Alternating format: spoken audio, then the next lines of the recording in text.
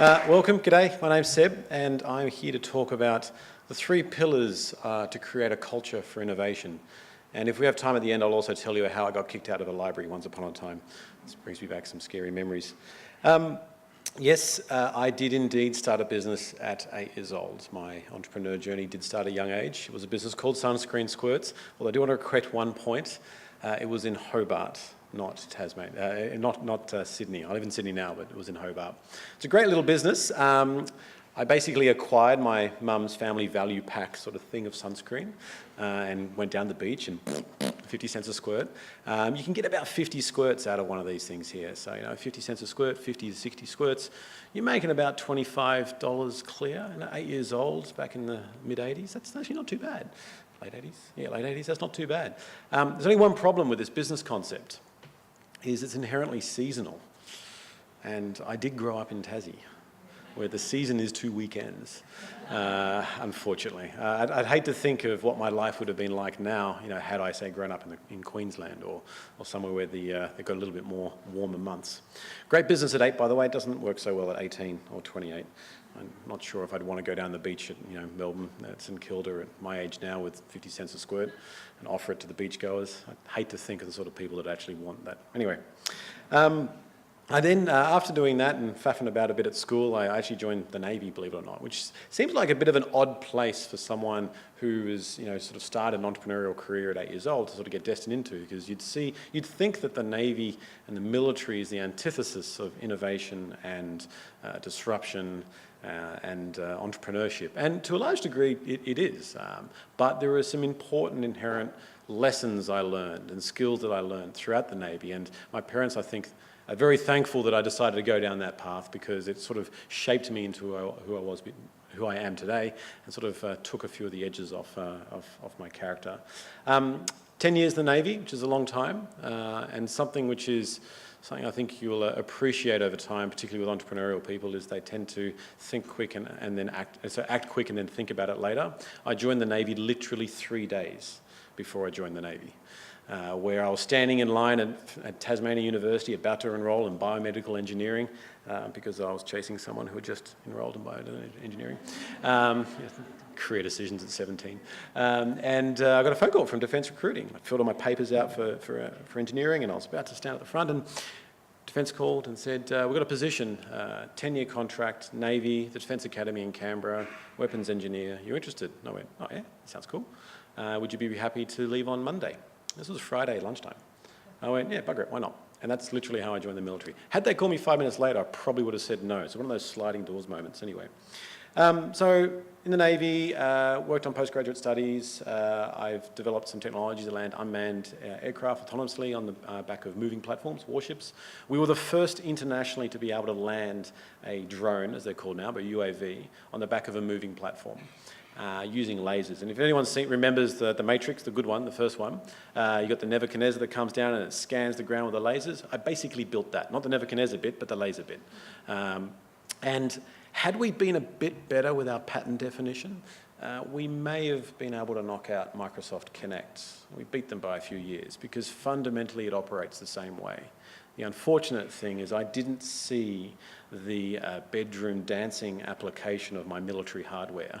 I didn't see the idea of taking a helicopter, pointing it sideways and dancing in front of it. But had I made that leap of thought, had we been a bit better with our patents, we might have been in a different position today, but alas.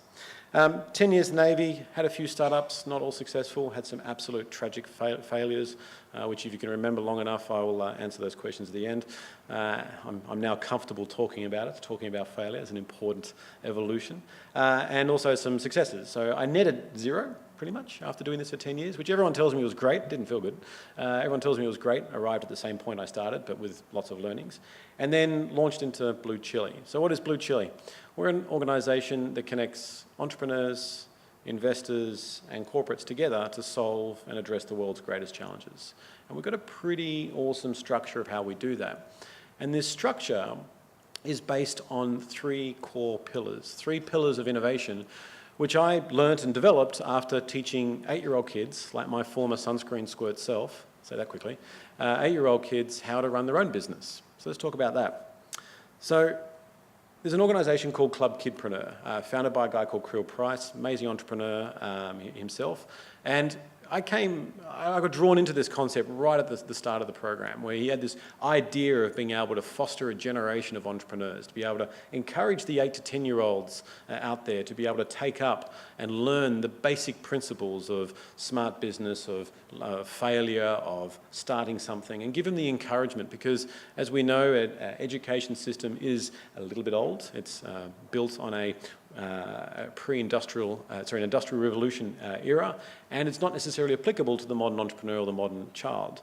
I kind of fit into that category. Had school been what it is today, what it was when I grew up, I'd again be very, very different position right now and today, because I wasn't necessarily given any formal education into how to sell sunscreen down the beach. I just did it.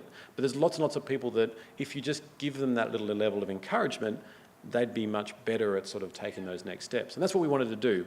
Our vision was to understand that in the future, the people that are going to be looking after us as old retirees aren't necessarily going to be the charities, aren't necessarily going to be the religions, they're not going to be the governments. It's going to be the entrepreneurs who are successful, who are then giving back to the community. So look at what Branson is doing now with his wealth and his money. He's doing some cool stuff, but he's also giving a lot back to the communities. Same with Bill and Melinda Gates Foundations, eradicating diseases across countries, across continents. This is amazing. So how do you create lots and lots of Bill and Melindas? Well, you need to start at 8. So Club Kidpreneur was an organisation that was founded by Creel, and practically, it teaches 8-year-olds how to start a business.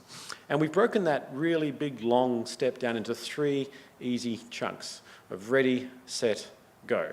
Ready is all about being inspired, about understanding why you want to do it. Set is all about, well, what is it we're actually going to sell or build and how we're going to do it. And then go is about going out and experimenting and starting. And to give it some sort of context, we wrapped all of this up in a marketplace. So the idea was to build something. Over the course of 8 weeks, we'd teach the kids how to go through these stages. And then the test would be a live demonstration at a marketplace. Right? So I now take myself back to 2011. We ran one of the first one of these cohorts. It was Manly Markets in the northern beaches of Sydney. And we had a cohort of about 20 kids. But there's a couple of stories here that I want to pull out, because some of the basic principles for how you build a culture for innovation are stemmed from these kids and these examples. And those 3 pillars are speed of execution, tolerance of failure, and empowerment of people. And I'm going to draw, so speed of execution, tolerance of failure, empowerment of people. I saw some people writing that down. And I'm going to draw from these 8-year-olds, their stories and their journeys, how we can arrive at those 3 and why they're so important. So the first kid, we'll call him Dan. He was a little bit older, he was 9 years old. And he was starting the quintessential lemonade store. Right? You close your eyes, you see it, that's exactly what he had. Bright yellow t-shirts with his brand all over it, and he roped his little brothers into helping him. And he was at the Manly Markets. I'll tell you what, this guy had the most amazing lemonade. Actually, a few years later, when we opened our second office in Sydney, we actually got him to cut the ribbon. We had federal politicians asking us, we said, no, we're going to get this 8-year-old Dan to do it, because that's who we are. There's a great photo of him doing it with his bright yellow lemonade t-shirt. Anyway, so 8-year-old Dan's out there, and he was experimenting with his lemonade. He had the perfect balance. He got the lemons from his grandma, from her property. He had the perfect balance of that with sugar, with carbonated water, etc. And this stuff was fantastic. And he was selling it out there for 50 cents a cup, which, if any of us have gone to a market and have seen the $5 cane juice stuff over there, 50 cents a cup is way under. And so we're sort of encouraged, look, you want to bump it up a little bit? 50 cents is a bit cheap. And he goes, no, I'm selling it. It's good. People are buying it. And, well, fine, tell an 8-year-old lemonade mogul what to do. But, after about 15 minutes, he sold, 20 or 30 of these things. Okay, let's experiment, right? And if it fails, it doesn't matter. We can always go back. So let's experiment here. And he goes, okay. So we put it up to $1. And predictably, no, it didn't slow down the volume of sales, but suddenly he was, quadrupling his profits. And he looked his eyes later and he goes, I'm going to make it $10. We went, well, no, slow down. Let's just gradually increase it up. Anyway, so that was pretty cool. But really, what happened next is the thing that I'll never forget. And it's how he seized an opportunity and then basically just ran straight into it with so much speed. And he empowered the people around him without worrying about what was going to happen. He just did it. He saw an opportunity because at the other end of the markets, one of the people selling second-hand clothes or something had decided that was it, that was enough, and they packed up and went home. So it was an empty table. And so he went to his other brother, we'll call him Dan, Dan too, and he goes, take this jug of lemonade, go over to that table over there and start selling. And for every cup you sell, I'll give you 50 cents. So straight away, Dan franchised his business. Right, we had the first franchisee over there. And Dan, and basically his little brother was over there, and every time his little brother was, he ran over the table with the big jug of lemonade and started selling it and ran back to get it filled up, and Dan's other brother goes, well, what about me? And so Dan goes, okay, well, take this other jug I've got and go over to that table and start selling over there. So we now had 2 distribution points. The problem was Dan Senior, back at HQ, was so busy squeezing the lemons and making the lemonade, he stopped selling direct to public. So he shifted his business model away from a direct to consumer to a wholesale franchise model, all in front of us. And these 2 kids out there with the distribution points are actually selling direct to the market, putting their own margin on top and coming back to Dan, who was selling wholesale. It's fantastic watching all this evolve in front of us. But then there's the next evolution, which was just completely magical to see, is his little brother over there goes, shit, every single time I got to run back and get a jug filled up, it takes me 10 minutes, right? And I could potentially lose my table. Someone else, some other lemonade mogul might come and take it. And so this is without prompting, I promise you. We're just watching it bewildered. Without prompting, he goes to one of his friends. This guy's like 6 years old. And he says, look, take this empty jug and run it back to Dan. For every full jug you bring back, I'll give you $3. We had logistics. So right in front of us, this business model went through 3 different evolutions, and these kids made about $200 or $300 clear in the Mallee markets in like 2 hours. It was incredible to watch, and there's this massive blur of bright yellow T-shirts running around with the lemonade logos. Yeah, I mean, they've done it several times since. I don't think they're doing it now. They're probably in high school now, but this education we gave them just gave them the ability to experiment in a safe-ish environment, but still where there was a bit of risk of failure, but they learned a lot. And that's where the elements of speed and empowerment come from. So let's now talk about failure. So we'll go to another one of the little startups that was starting at these at the markets. And we'll call him Dan. Dan's business was selling paper aeroplanes, which sounds adorable. And we went, no one's going to buy these bloody things. He was determined to sell these paper airplanes. I'm going to tell you what, they were beautifully folded. And he was making these paper airplanes during the experiments, and we're trying to pivot him somewhere else. I said, look, maybe paper airplanes, there's not much of a market beyond, mum, your dad, your gran, and maybe one of your friends. That's like 5 people, total addressable market, not so big. Maybe think about something else. And he goes, no, I'm going to make paper airplanes. It's like, whoa, okay. And we're all looking at ourselves, well, this kid's going to learn failure. That's actually a good thing, so let's proceed. Let's let him do it. We were wrong.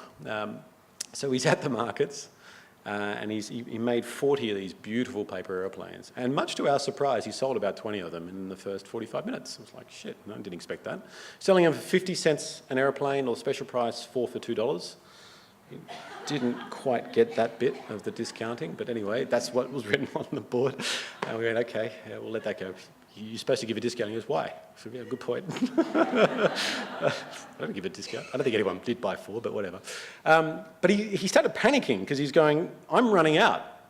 And we're surprised, but I'm running out of paper airplanes and didn't bring any more stock. So lesson number 1, he should have bought the materials, like other Dan who was busy squeezing lemons next to him. He had all these raw materials. He's able to keep up with demand. The other Dan, no, I'm not able to do it. So this is what was beautiful is, again, we're thinking, you're stuffed. You're going to make about $10 and then that's it. See you later. And you can stand there for 2 hours at an empty stall and look like a bit of a goose, but at least you'll learn an important lesson. No, he changed his business again in front of us. And what he did is he goes all on his own. He goes, I know what I'm going to do. And he grabbed the cardboard box that he bought his paper airplanes in. He cut a hole in the center of it, drew a target and put it on the table behind him. And he said, 50 cents for a throw. If you get the paper plane in the target, you get to keep it. So he changed his business model from a product to an experience and managed to stretch out those last 20 to remain the next 2 hours and made more money and more margin those 20 than he did in the first 20. Right in front of us. It's incredible. And so right there's this tolerance of failure. He was, in the face of adversity, he didn't just give up and pack up and go home. He just went, no, I know what I'm going to do. I'm going to try something else. I'm going to do it. And that was right in front of us. Incredible, right? And these kids are 8 years old. So that's about 8-year-olds. What about 48-year-olds? Or people a bit older than that. What can we learn from the adults, from larger organisation businesses? And how does these three concepts of speed of execution, tolerance of failure, and empowerment of people, how are they reflective in sort of more adult, I don't mean it that way, but more adult businesses? Well, firstly, let's look at tolerance of failure. Startups are really good business models for failure because they fail often. 95% of all startups will fail the first 12 months.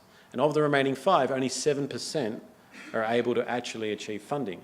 It's even worse, unfortunately, if you're female. The statistics for women are even worse than that because only 19% of all startups are founded by women, and of the 7% that actually raise capital, only around 6 to 7% of those are founded by women companies. Of the 360 unicorn companies in the world, 2 have female founders that are still at the helm.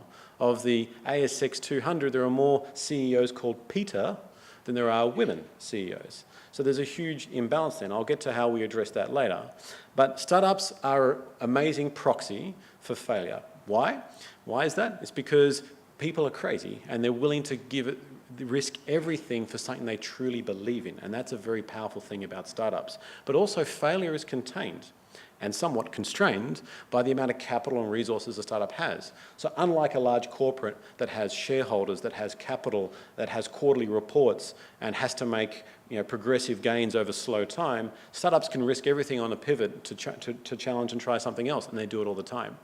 Kaufman Foundation did a study of the 76,000 seed investments that existed back 7-8 years ago, and asked the hypothetical question, what if you'd invested in every single one of those 76,000 startups in the US? And the median investment round was 1.4 million then. It's about 2 now, but it's 1.4 million. Now, what if you'd put $1, doesn't matter how much, what if you put a bit of money into every single one of those 76,000 startups? What would your portfolio look like, 10 years later? Well, 50%, 0x return, i.e. 50% of those ideas would fail. 40%, you get a one-time return. Right? So in my logic, that's 90% of the time, the ideas will fail.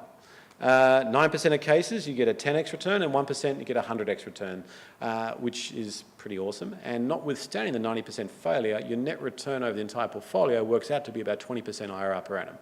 So it works as an investment thesis. But that's a lot of hits to arrive at those wins over there. I can guarantee you, I'm not a dart player, but I can guarantee you with absolute certainty that I'll hit bullseye if you give me 76,000 darts. I'll hit it. And that's the point. So startups fail. It's a really powerful model for failure. So how does this transcend, though, into broader companies, and what are the lessons we can learn there? And this is a story, it's an unfortunate ending, unfortunately, but it's a story that is based on the Challenger disaster, the space shuttle, STS Challenger. And when they reflected, when NASA went back afterwards to understand what went wrong and how could they fix that, or how could they resolve the issues, they found out that the answer was staring them right in the face. But the culture of the organisation was not a culture that responded well to failure. In fact, the mission commander even wrote a book that said failure is not an option. And that was great because you wanted to bring people into space and then bring them back again, but it was bad because no one was comfortable in talking about failure. And Roger Boyce-Jolly, who was the chief engineer at the time, actually said that very morning we should not launch because the conditions mean there's going to be icing on the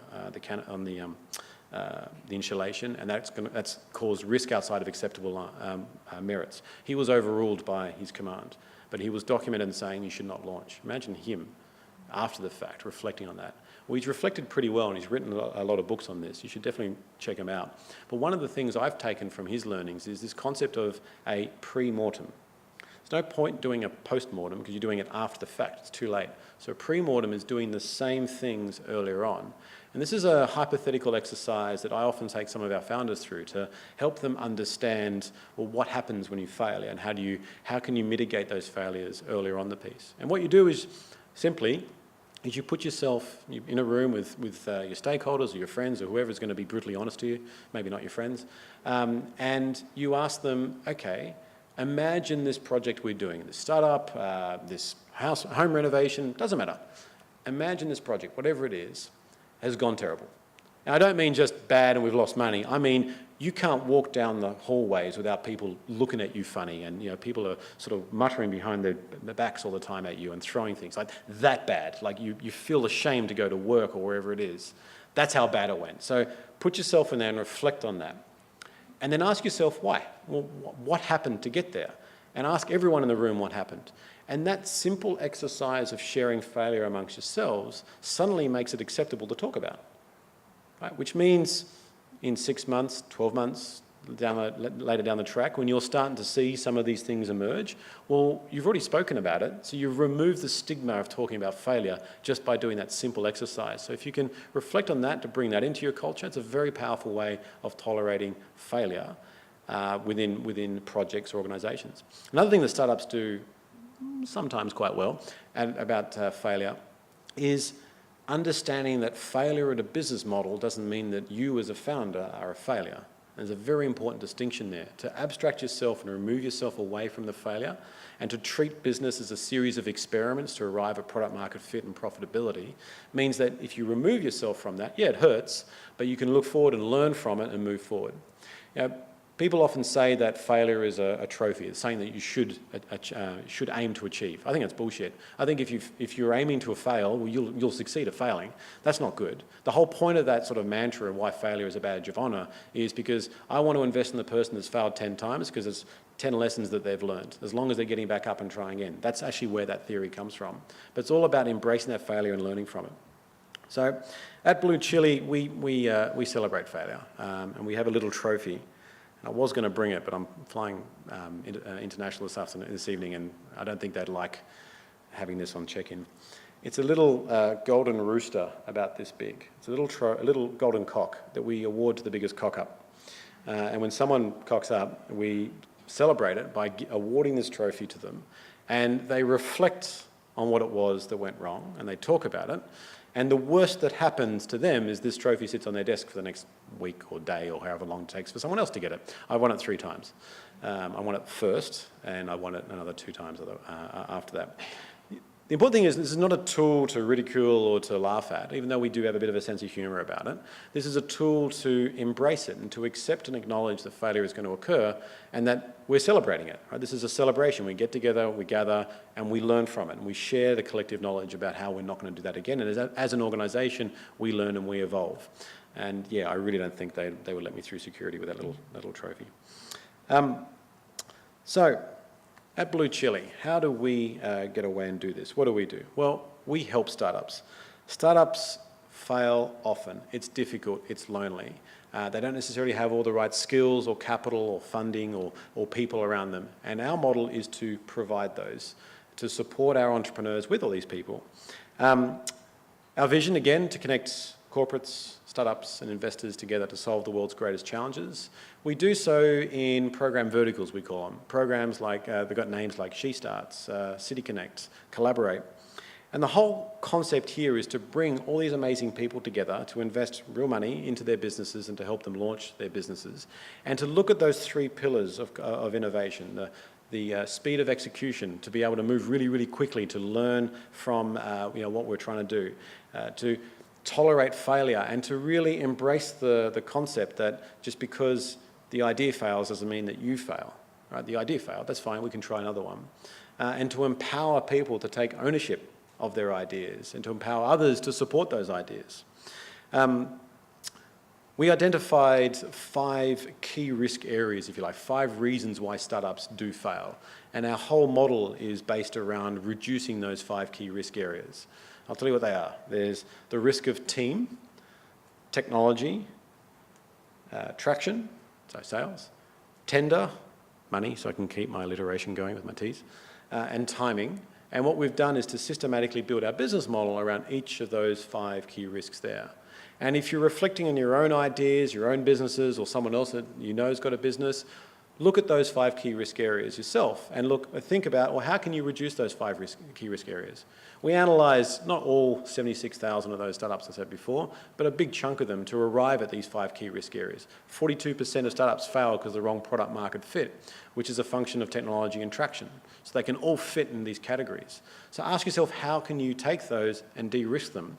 because that means that by de-risking the idea, you're going to be more likely to be successful, and you're going to be in the success category, the 5% that will make it for the next 12 months, not the 95% that won't. I'll talk a little bit about She Starts and give one or two examples, and then I'll wrap up. So She Starts is a campaign that we've been running now for about, since the start of the year. And it's a program designed to address the imbalance of diversity that exists in tech-based companies. Those numbers I quoted before, about 19% of tech startups are founded by women. It's even the number's even more concerning when you're looking at minorities as well. So we want to do something about it. So what we did is we put together a program to invest $1 million across 10 amazing women founders, ran a national-wide campaign where we had 813 women, just women, apply, just from Australia, into this program, and we selected the top 20, put them through an aggressive boot camp, selected the top 10 and invested $1 million across those 10 startups. Now that's awesome, and those companies are doing amazingly well, and they're about halfway through, and next week they're they're launching their pilots to their corporate clients. But that wasn't enough for us, because whilst we were directly affecting the lives of the 10 entrepreneurs and the people around them, and were supporting the 813 who applied by giving them free tuition and education, we wanted to tell the world, we wanted to amplify this message to make it easier for everyone to start. So we decided to share their stories through a documentary called She Starts. So for the last 15 weeks, we've been filming the entrepreneurs every week, and we've been releasing an episode of this documentary every week that's sort of been following the stories of these entrepreneurs going through. And my hat off to them, because having a film crew in your face pretty much 24/7 in your house, in your home, everywhere is kind of daunting, especially when you're trying to start a business, raise a family, and do everything else that you're trying to do. But we wanted to show what it was really like, and I invite you all to check it out, shestarts.com. It's awesome, and Henneka's down here. She's running the marketing for that as well. So what can we all do, though, together? So who's thinking or who has started a startup idea? Put your hand up. Right, now, higher, you've got to see it, right? There's a few people, right? So keep your hand up. No, keep your hand up. So you guys have already started. You're the champions in the room. So everyone else, look at the people that have got their hands up. Your job is to help them. Right? Your job is to help them, buy them a coffee. It's lonely being a founder. You can put your hands down now. It's lonely being a founder. So buy them a coffee or a beer or whatever. Help them with connections, with networks. Offer them some support, advice. You'd be surprised at how a little thing to you makes such a big difference to someone else going through and trying something. I mean, these are the future leaders of our country right here. Offer them moral support. Offer them investment, partnership, anything. That's what we can all do to make this Australia, but ultimately our ecosystem, a much better place, and look at those 3 pillars for innovation within yourselves when you're trying something: speed of execution, tolerance of failure, and empowerment of people. Thank you.